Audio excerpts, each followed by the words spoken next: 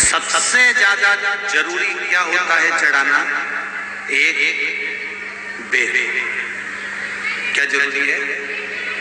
क्या बोलते हो? बेर की बोर, जो भी बोलते हो, जिसमें गुठली होती है और अपन लोग बोर खाते हैं, बेर खाते हैं।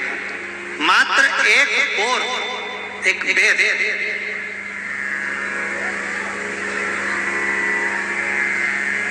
महाशिवरात्रि के दिन समर्पित किया जाता है। क्यों करते हैं? कि घर में जितने सदस्य रह रहे हैं उतने सदस्य को जिंदगी में कभी कोई ऐसी बीमारी ना हो और हमारे घर में रहने वाले सदस्य की अकाल मौत ना हो, उसके लिए मात्र एक बेलपत्र की जगह एक बेर भी समर्पित कर देते हैं तो अकाल मृत्यु टल जाती है, अकाल मौत टल जाती है।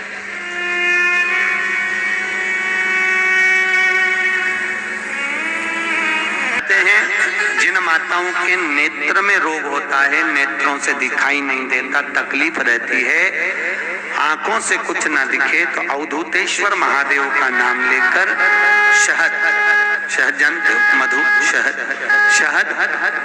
मुख्य शिवरात्रि के दिन 12 महीनों में जो एक शिवरात्रि आती है महाशिवरात्रि, उस शिवरात्रि के दिन थोड़ा सा शहद शंकर भगवान के शिवलिंग पर रात्रि को अगर 12 बजे चढ़ा दिया जाए और एक बेलपत्र चढ़ा दी जाए, उस शहद को निकाल कर लाया जाए, डब्बी में रख लो, शीशी में रख लो, उस शहद को आंखों में जैसे काजल लगाते हैं, प्रतिदिन 3 महीने तक लगातार नयनों में काजल की तरह लगाइए, नेत्र विकार मिटता है, आंखों की रोशनी बढ़ जाती है और आंखों से दिखना चालू हो जाता है। नयन विकार व्यक्ति ज्यादा बीमार रहता हो, बहुत बीमारी उसको घेरे रहती हो, परेशान रह रहा हो, बीमारी बनी हुई है, तो बोर चढ़ाइए, बेर, क्या बोलते हैं यहाँ पर, बेर की बोर, वो खाने वाला बेर जो होता है, उस बेर को 7 बेर ले लो और 7 बेर को लेकर अपने ऊपर से घुमाकर शिवरात्रि की दोपहर के 12 बजे शंकर भगवान के शिवलिंग पर ले जाकर उस बेर को चढ़ा दीजिए। आपका रोग, आपकी बीमारी मात्र 3 महीने के अंदर समाप्त हो जाएगी।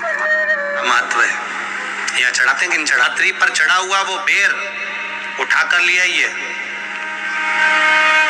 और उस बेर को उठाकर रख लीजिए। मान लो किसी को उधर से जुड़ी हुई जब तकलीफ रहती है, पेट से जुड़ी हुई तकलीफ रहती है, पेट से जुड़ी हुई कोई भी प्रॉब्लम, अगर पेट से जुड़ा हुआ कोई भी रोग आपको लग गया और डॉक्टर की दवाई चल रही है, सारी औषधि चल रही है, जो शिवरात्रि पर आपने बेर चढ़ाया है वो बेर अगर आपके यहाँ रखा हुआ है, वो बेर उस रोग वाले व्यक्ति को खिला दीजिए। आधे घंटे के अंदर पेट का दर्द, पेट की तकलीफ, पेट का कैसा भी रोग होगा एकदम आराम लग जाएगा। उस बेर में इतना प्रबलता आ जाती है, शंकर को जो शिवरात्रि के दिन बेर चढ़ाया जाता है। सबसे जान करती है, मान लो किसी व्यक्ति को कोई एक भारी बीमारी हो गई, बड़ा रोग हो गया और वो रोग डॉक्टर कह रहा है कि ये ठीक नहीं होना है, बहुत तकलीफ उसमें है और कष्ट ही कष्ट है, वो ठीक नहीं हो रहा, दवाइयां लग रही, गोलियां खा रहे हैं, तो महाराज उसका भी वर्णन है। 7 धतूरे, कितने धतूरे लेना है? 7 धतूरे। कोई सी भी शिवरात्रि से मतलब महीने में एक बार शिवरात्रि आती है, प्रत्येक महीने आती है, किसी भी शिवरात्रि के दिन 7 धतूरे लेकर एक धतूरे में मूली, लच्छा, नाड़ा लपेटकर चंद्रमौली भगवान का स्मरण कर उस मूली को लपेटकर 6 धतूरे में हल्दी लगाकर शंकर भगवान की जो जलाधारी है, जलाधारी में आपको पहले भी वर्णन किया है,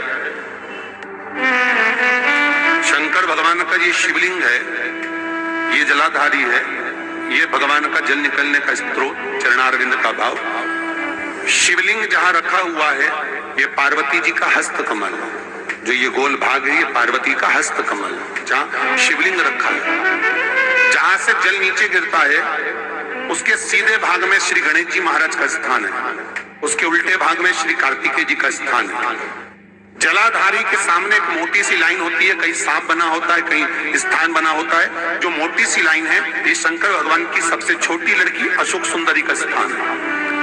जलाधारी के ऊपर जो 3 टेकी लगी है ये भृगु ऋषि का भृंगी गण का स्थान है। इसके ऊपर जो कलश है, कलश में जो पानी भरा जाता है, वो पानी जो बूंद बूंद नीचे गिरता है, ये शंकर भगवान की 5 लड़कियों का स्थान है। जया, विषहरा, सामरीबारी, धोतरी और देव, ये 5 लड़कियों का स्थान है।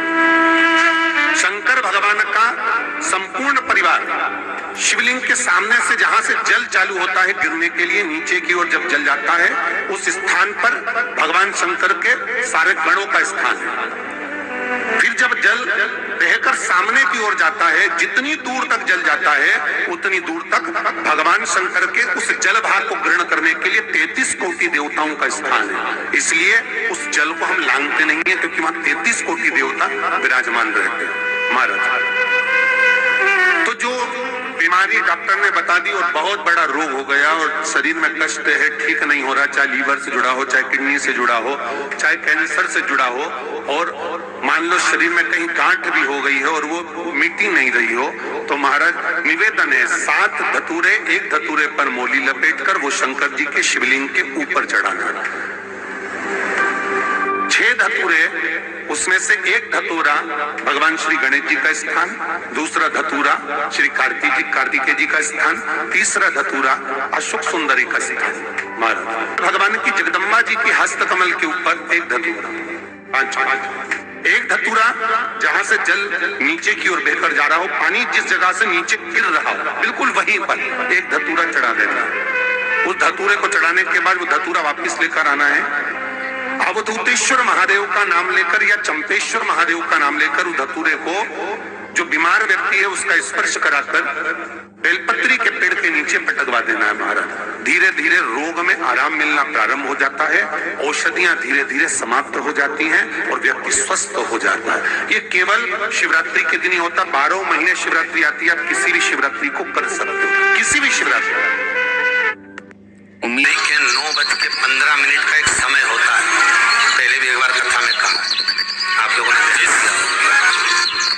व्यक्ति का रोग बीमारी समाप्त नहीं हो रही हो, हॉस्पिटल में पड़ा हुआ है, कोई बहुत भारी बीमारी में ग्रसित है, छूट ही नहीं पा रहा, तो रात्रि को 9:15 पर किसी भी दिन शंकर भगवान के लिए, जो तुम्हारे घर में शंकर जी विराजमान हो उसका, आप या शंकर जी के मंदिर में जाकर शंकर जी का थोड़ा सा जल, उसमें आंवला पड़ा हुआ, क्या पड़ा हो, आंवला, मतलब आंवले के पानी से शंकर का अभिषेक पूजन कर लीजिए, उसका नाम लेकर रोग से ग्रसित हो। 1 दिन 2 दिन 3 दिन करोगे तो हॉस्पिटल से छुट्टी करके आ जाए, उसका रोग समाप्त हो जाए।